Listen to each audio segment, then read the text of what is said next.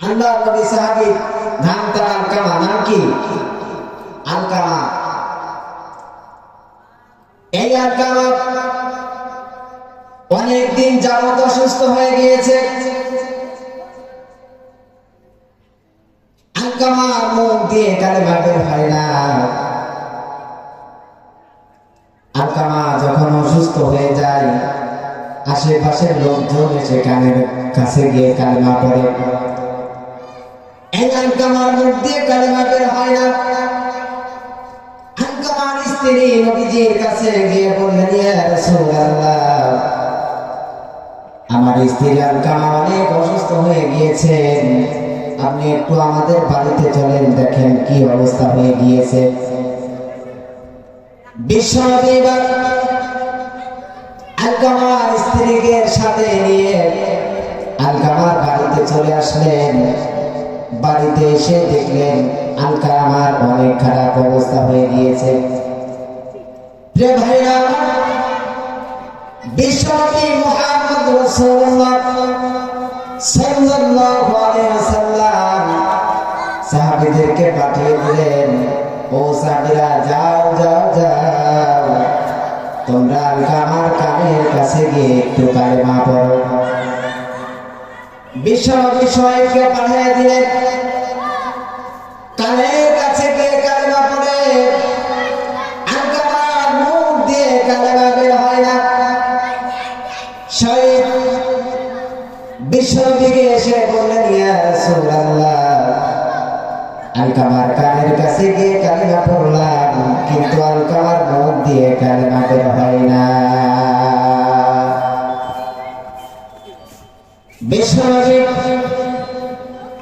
বাড়ির ভিতরে ঢুকে আলকামার স্ত্রীকে ডাক দিয়ে বললেন, ও আলকামার স্ত্রী, তোমার স্বামী কেমন ছিল?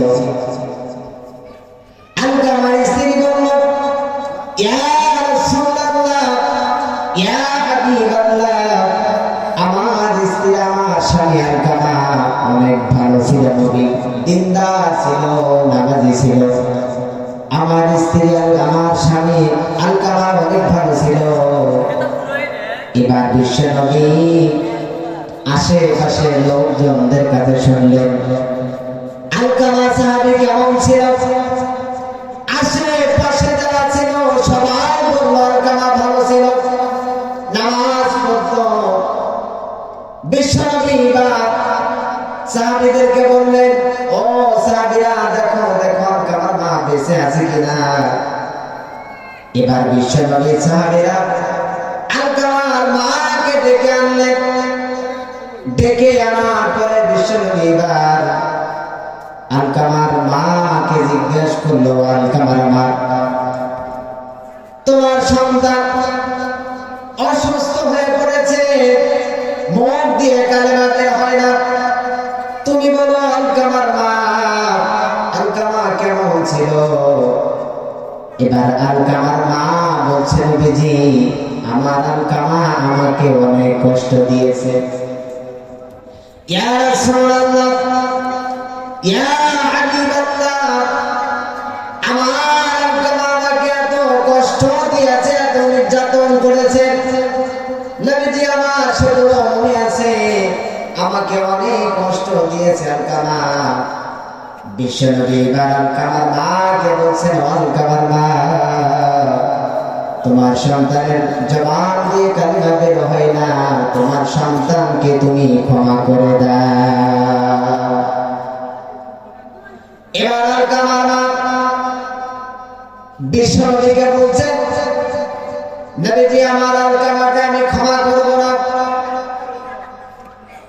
আলকামার মা যখন আলকামাকে ক্ষমা করলেন না, বিশ্বনবী সাহাবীদেরকে ডেকে বললেন, ও সাহাবীরা, তোমরা লাকড়ি আনো, আগুন জ্বালাও, আমরা এবার আলকামাকে আগুনে ফেলবো।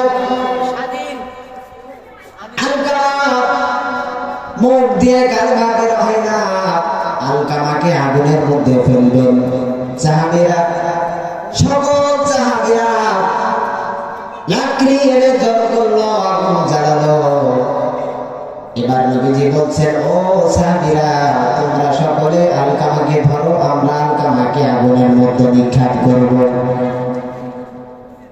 যখন নবীজি বলেছেন, সাহাবীরা তোমরা আলকামাকে ধরো, আমরা আলকামাকে আগুনের মধ্যে নিক্ষেপ করব, কিছুক্ষণ পরে আলকামার মা এসে নবীজির পা জড়িয়ে ধরে বলছেন, ইয়া রাসূলুল্লাহ, ইয়া হাবিবাল্লাহ, আমার আলকামাকে আপনি আগুনের মধ্যে ফেলবেন না। আমার আলকামাকে আমি 10 মাস 10 দিন গর্ভে ধারণ করেছিলাম। ও নবীজি, আমার আলকামাকে আপনি আগুনের মধ্যে নিক্ষেপ করবেন না। আলকামার মা এবার বিশ্বনবীকে বলছেন, ইয়া রাসূলুল্লাহ, ইয়া হাবিবাল্লাহ, আমার আলকামাকে আমি ক্ষমা করে দিলাম। পরে সুবহানাল্লাহ। ইয়া রাসূলুল্লাহ, আমি আমার আলকামাকে ক্ষমা করে দিলাম।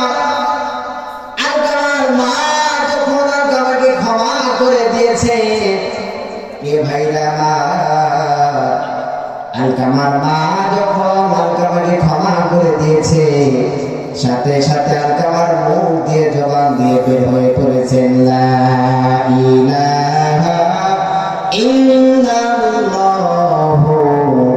মুহাম্মাদুর রাসূলুল্লাহ সাল্লাল্লাহু আলাইহি ওয়াসাল্লাম।